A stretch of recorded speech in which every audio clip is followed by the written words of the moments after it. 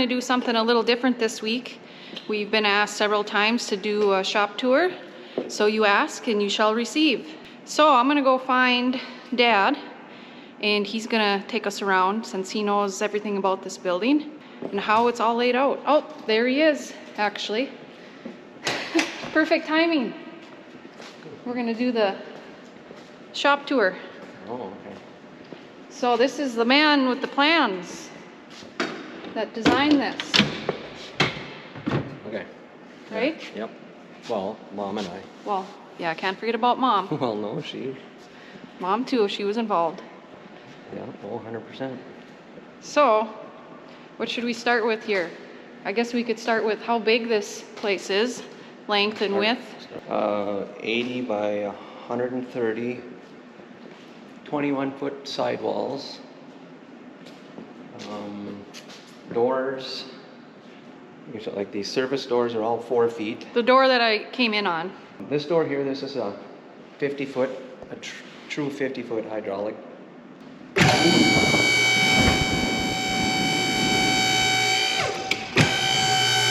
Like that.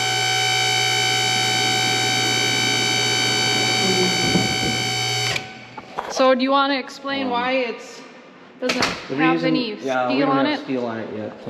Shop. That's about the only thing left to complete. Well, one other thing, maybe our jib crane. We don't have it yet. But reason that door isn't sheeted is, or it's supposed to have had 5 windows in it. I'll get like right here, and symmetrically on the other end and one in the middle. But it'd be good to have one here, so when you open the door, if you want to look out, make sure nothing's parked out there. But anyway, we've got the steel to frame it up, and we have the windows. We just have to get them in and then get it sheeted. But that's why it's not sheeted. But we can drive both combines in here easy. Even when we have our doing beans and wheat and have our 45-foot draper header, the 45-foot draper can jump right through this 50-foot door if you want to leave them on, in which we've had them both in here and doing things to them in season. So the 50-foot door is really nice. 19 feet or so to the top of the doors, even the overhead's over here on the other side. So we can drive in here even with the hoppers open. So and on this side, employee locker, just kind of an outdoor, a little locker for our living quarters, which is through that door. So as we come in, that's what we see to the left.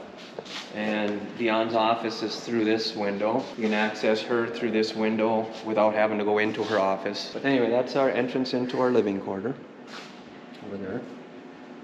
Here's the shop office. Mark and I share this. It's just a simple spot where we have one of our field maps over there, and we're planning, and just a basic little office. This door here, that leads to the mechanical room. Everything on the outside of the shop here is stick built, and that has its own mechanical room, its own floor heat, its own HVAC system for heating and air conditioning in here too. Should we talk about these old aerial farm pictures on the wall? Yeah, this is kind of neat. This picture here is Dion's homestead, or family's homestead, which the shop is located right where the old dairy barn is. Obviously the old dairy barn had prime location in the yards, so, and it's kind of neat how it worked out. It's almost similar in length, orientation, and then our living quarters over here, and this is just a calf barn, so it's almost kind of the same footprint, if you will. Yeah, so when you guys saw me walk in, the covered porch, the living quarters, a little further south, but very similar. Pretty close to where this is. Yeah. This is an old dairy farm. Our bins are right here now. Bin site would be right down in here. And then the house that still sits here today is still here, and my grandma still lives here. This is where we used to live. 2 miles down the road, we had a cattle ranch. This is a picture of it in 2010. Here it's in this is probably 13 or 14. And our son Mark, well, last year bought the house and the yard here. So, but we had some feedlots here, working system and shed for the working cattle. Anyway, 2013, Mark joined in with us and we started farming together. That's when we went out of the cattle, and we were going to have both cattle and the grain farm, and that's why we were going to keep this the cattle farm, and that's why we started building bins over at this site for the grain operation. But then a couple years later we decided to sell out of the cattle in 2014. So it's just been grain farm ever since. Dion and I bought this land and farm about in 2010. we bought it, I believe. Yeah. Can't believe that's been 13 years ago already. Okay, so that's next. shop office. The next door is like, what's that? Let's Make a Deal. Door number 1, 2, or 3. You actually watched that show? Oh, yeah, I did. I didn't know you watched game shows. Well, that was like in 1970. Well, it's still on. Is it? Yeah. Oh. So yeah, next door, door number 2. Number 3. Door number 3. Yeah. It's the bathroom, It's the nice. can. So there's a little history, Not really. This teal, this the little history in the here. tin that we put in here just came off of one of the old hay sheds. I thought it's kind of cool. It says Yeah. Strong Barn, I think Granite City something. Also on our covered porch to the south, we put this in the ceiling of that covered porch too. Just for something neat. So yeah, just a bathroom for the guys or all of us. And gals. Right, door number 4 is our break room. Has a full kitchen, hickory cabinets that our neighbor Lee Miller built for us, along with he did all of our mill woodwork cabinetry in the house and here and a few other places in the shop here. So Lee did a great job, but love this hickory. And so I have the stove, fridge, microwave, dishwasher, sink, little table for eating on or conference if you want. Whiteboard, also map of the land locations. So that's the break room. On to the next. So these doors here, there's 2 of them. How big are the They're doors? 24 foot wide overhead doors, obviously. As we've used this for a little over a year now, the door orientation works out really great. Never really have anything bottlenecked in here. So between these doors and bays, if you will, and the big one to the front, you can be working on things and move something in and out without bearing it or worrying about, like if you're waiting on parts to get something done, it's not going to block a project that is done. We have how many air reels here? Well, So there's air reels and cord reels on the walls. I think yeah, they're like 80-foot cord reels. There's another air reel over here by the truck. So if we want to plug in the trucks and put air to the trucks before we start them, they don't have to run so long to build air. We just start them up and back them right out. This is our east door where the guys come in, and this is our work area basically predominantly. I mean, we can roll stuff around benches. These roll if we want to move them to a work spot. Opposite heavy welding bench here. Once we get all the tooling in here, and we have extra lights right here, which help. This is Bo's toolbox that he uses for certain things, and the service truck is full of tools, obviously, and we have another toolbox over here, the John Deere one, that's tools, so we don't have them all in one area. Heating system is this boiler. There's 2 boilers here. I see it's 65 degrees. That's where it's set on right now. We usually run at 66, 67 in the winter. They're propane boilers, and they're both for just the shop floor, just everything that's under the steel building. One will kick in if it doesn't demand too much. One will run, and then if it demands more, the other one kicks in, I believe is how it works. What about all this tubing here that comes out of the That's floor? your floor heat. These are all the manifolds.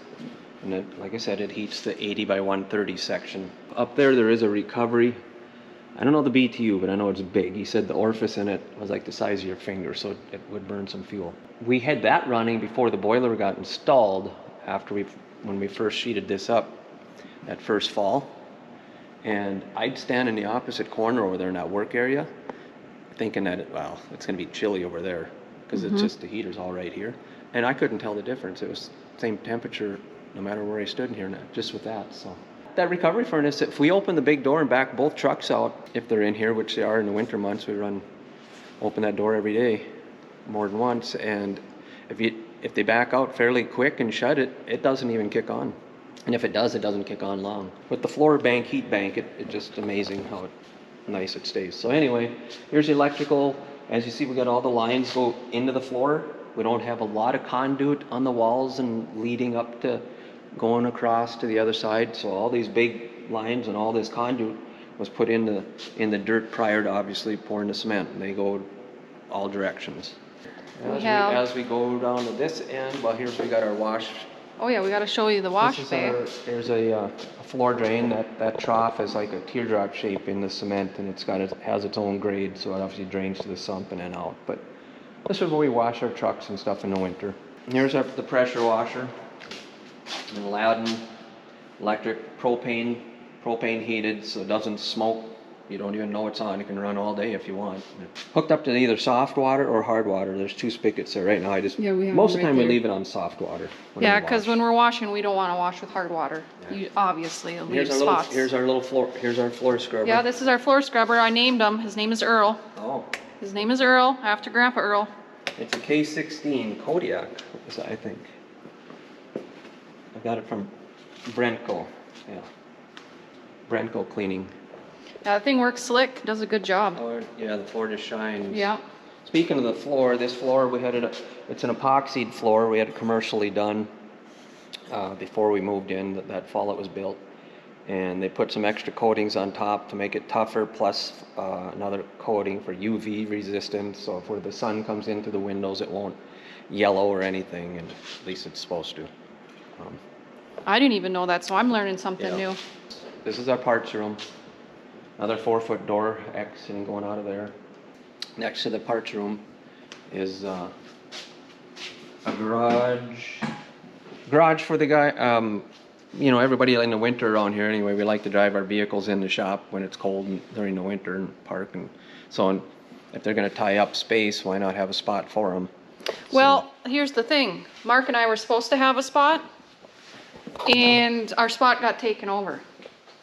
So now we don't even have a spot in the garage anymore. Dion and I wanted a spot for our personal vehicles, so it worked great for that because we didn't know where we'd put a garage. So, and then. So we don't have designated spots anymore. Dad took them over, didn't you? Yeah. For a little while. So now no, this has been all summer. So now our spots has turned into a race shed. My little snowmobile shop for race equipment and stuff. Each of the beams in here, to make it 130 each beam, I believe is 26 feet on center between the beams, so that's why there's a 24-foot door that fits in here. And then when we built this end of the shop, we didn't go right to the beam here. It's in a little bit, so I wanted more room for this wash bay. So I believe the garage is like 24 feet deep, 24 by about 80 across, including the parts room. So anyway. Okay, so that's the garage. So where are we gonna go next? Should we go upstairs? We'll go upstairs next. All right, next to our parts room, we didn't show our little wash bay. Oh yeah. Our little mechanic sink that we have recessed on the wall here. Oh, even on a dimmer, it was turned down. Yeah, I turned it down yesterday. I was trying to figure out how to turn it off. Rather than if they get dirty and greasy, oily, you don't want to be washing in the bathroom sink, so we come and wash up over here. And it's recessed, so it's not in the way. And actually, it worked out well because it recessed into the garage, and on top of it is the water heater, which heats this water and then what's upstairs. So as far as room or utilizing space, worked out great. Back over to the stairway. Mark and I built these stairs, wanted to keep a commercial look, so. So here's the view from up top.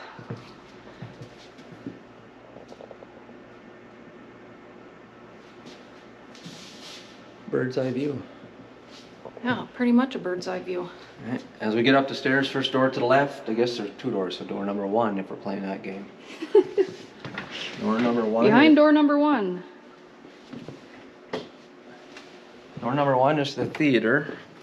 We have our popcorn machine. And we have the home theater system. I forget what size the screen is. I think it's like 160 some inches, or it's like 14 feet. I don't remember. So I'll show you what it looks like up here. So we have 4 seats back here and 4 seats up front here. All these, yeah, theater seats. They recline, nice. And then all these cabinets, custom made cabinets by Lee again.